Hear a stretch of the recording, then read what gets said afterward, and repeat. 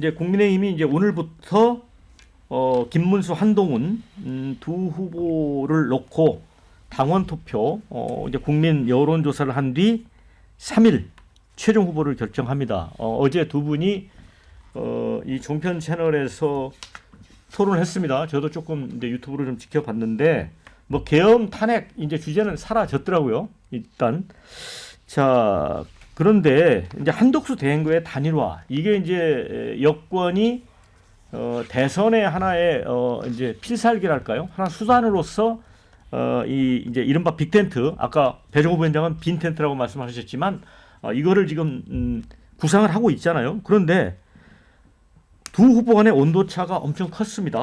아시겠지만 이 김문수 후보는 단일화에 대해서 단일화는 전당대회에 직후해야 된다. 여기에 대해서 그 오자를 들었죠. 동의한다는 팻말을 들었습니다. 그러나 한동훈 후보는 아무런 선택도 하지 않았고요. 지금 단일화 자체를 크게 이렇게 논의를 하는 거는 당원에 대한 예의가 아니다. 후보가 되면 뭐 어떤 방식으로든 협력은 하겠다. 결국은 협력하겠다는 거는 좀 미약한 소리고요. 강조점은 좀 부정적인 것 같습니다. 손인석 대변인 어떻게 보세요? 제가 뭐 그 평론가적 입장에서 논평을 하자면 결국 이제 최종 경선에서 후보가 되기 위한 두 후보의 나름대로의 전략이라고 저는 생각합니다. 김문수 후보는 어쨌건 단일화가 필승 카드라고 생각하는 보수 지지자들에게 지지를 받기 위해서 단일화를 하는 데는 내가 더 이제 적임자다, 내가 더 이제 부드럽게 될 수 있다라는 그 점이 이제 제일 지금 어필하고 있는 득표 전략이라고 보는 것으로 보이고요.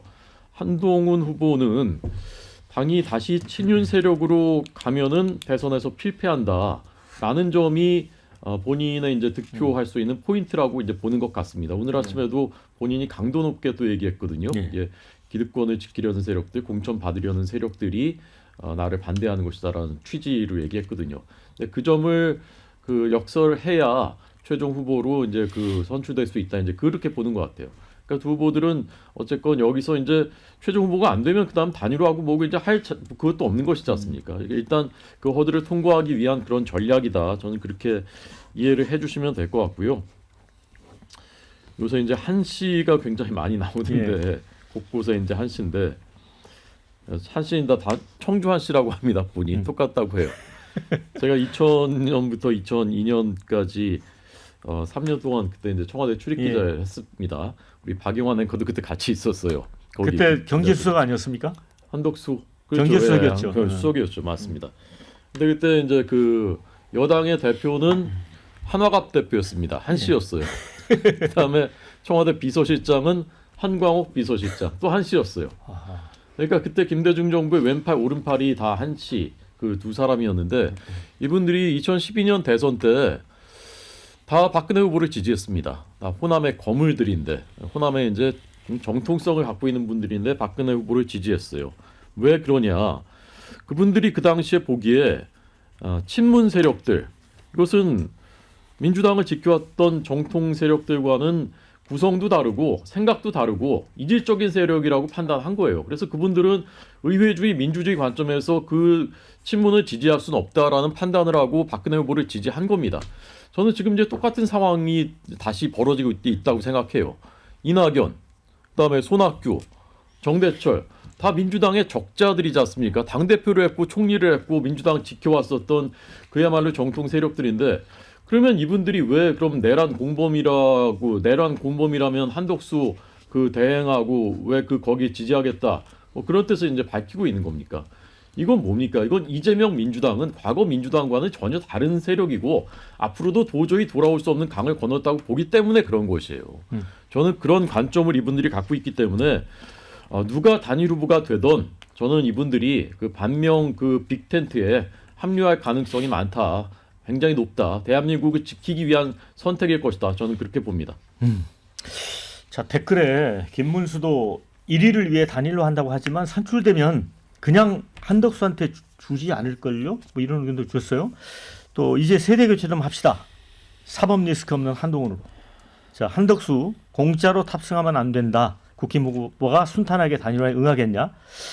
자, 노무현은 당내 세력이 흔들어서 정몽준과 단일화에 나선 건데 한동훈은 쉽게 단일화 협상에 안 나설 듯 이런 의견도 주셨습니다. 이제 이재명 후보가 대통령이 되면 나라가 위험해진다고 이제 한동훈 후보는 계속 주장을 하잖아요. 신웅기 대표. 그래서 이제 이렇게 한다는 건데 이 단일화 협상에 대해서 한동훈 후보는 지금 현재로서는 거의 접은 상태 아닐까요? 본인이 그러니까 이제- 후보가 되면? 그러니까 이제 한동훈 후보 입장에서는 지금 단일화를 할 수 없는 상황인 거죠. 왜냐하면 계엄에 대해서 반대를 했고 네. 위헌이다라고 네. 처음부터 입장을 밝혔고요. 그게 정상적이고 그게 맞는 건데도요. 그게 국민의힘 안에서는 통용이 안 되는 겁니다. 뭐 그 내막을 좀 짚어보자면 결국 박근혜 탄핵 이후에 또 윤석열 탄핵까지 이 연타석 탄핵을 지금 맞다 보니까 국민의힘 입장에서는 인정할 수가 없다라는 내부적인 한계에 봉착해 있는 것 같습니다.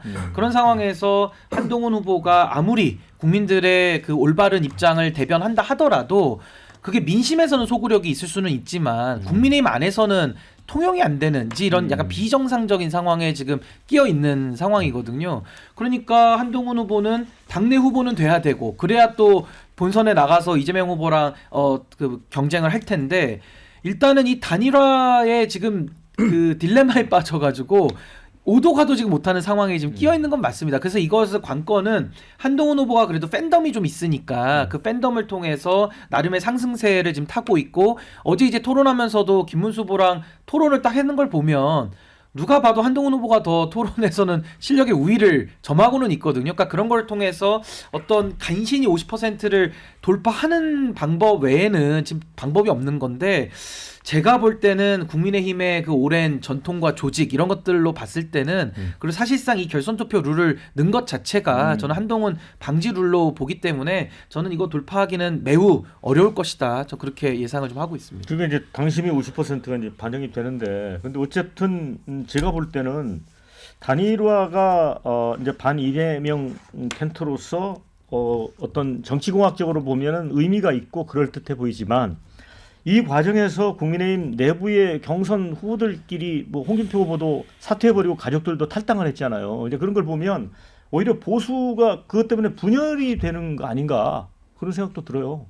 뭐 보수 분열은 어떻게 보면 지난 몇 개월간 상수였죠. 뭐 한동훈 대표가 등장하고 나서부터 정당 간의 갈등으로 시작해서 결국 이 탄핵 사태 이르기까지 뭐 언제 분열이 아니었던 적이 없었던 것 같아요. 저도 당원의 한 사람으로서 바라보면. 근데 이런 건 있는 것 같습니다. 김문수 후보가 바보가 아닙니다. 김문수 후보가 이렇게 치열한 경선 과정을 거쳐서 이제 후보로 선출이 됐는데 과연 한덕수 총리랑 단일화를 할까요? 저는 만약에 누가 저보고 물어본다면 우리 당의 대선 후보는 김문수 후보가 될 것입니다. 저는 이렇게 단언할 것 같아요. 한덕수 총리는 되지 않을 거예요.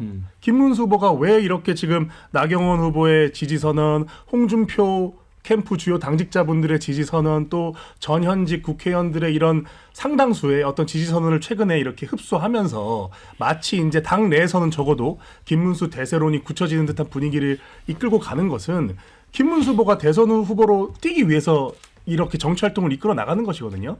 그렇기 때문에 마치 이 단일화란 카드는 어떻게 보면은 불쏘시개인 거죠. 국민들로부터 우리 당의 경선 과정, 주목도를 높이기 위해서 어떤 도구로서 쓰여진 측면은 있지만 막상 김문수 후보가 우리 당의 후보로 선출되면 한덕수 총리와의 단일화는 저는 거들떠도 안 볼 것 같아요. 아마 그럴 겁니다. 모든 캠프의 당직자 또 김문수 후보까지도 그렇게 될 것이고요. 그게 또 정치적인 공학 또 이때까지의 대선 과정을 이렇게 반추를 해보면 한덕수 총리를 우리가 후보로 바꾸면서까지 얻을 수 있는 실익이 저는 없다고 보거든요. 그래서 김문수 후보 또는 한동훈 후보 또 이번에 이 경선 최종 승리자가 저는 국민의힘의 최종 후보로 저는 네, 자, 이 부분과 관련해서는 우리 문종영 부대변인도 이제 국민의힘 소속이긴 한데 이게 허준석 대변인이 좀 추가 의견을 줬으면 좋겠어요. 그러니까 한덕수 그 후보가 아무런 전략적 가치가 없다라는 식으로 발언했거든요. 그런데 국힘에서는 왜 또 이렇게 하는 거예요, 그럼? 궁금하잖아요. 그 여론조사 결과 처음 나온 게 제일 중요할 거예요. 전당대회 이후에 한덕수행이 포함되어 있는 그 여론조사 결과. 그 결과에 따라서 저는 민심의 압박이 있을 것이라고 생각해요. 이게 국민의힘 후보가 크게 높게 나오면 국민의힘 후보로 저는 자연스럽게 될 거라고 보고요. 그렇지 않고 그 반대의 경우가 나오면 국민들의 압박을 이기기가 어려울 가능성이 있죠.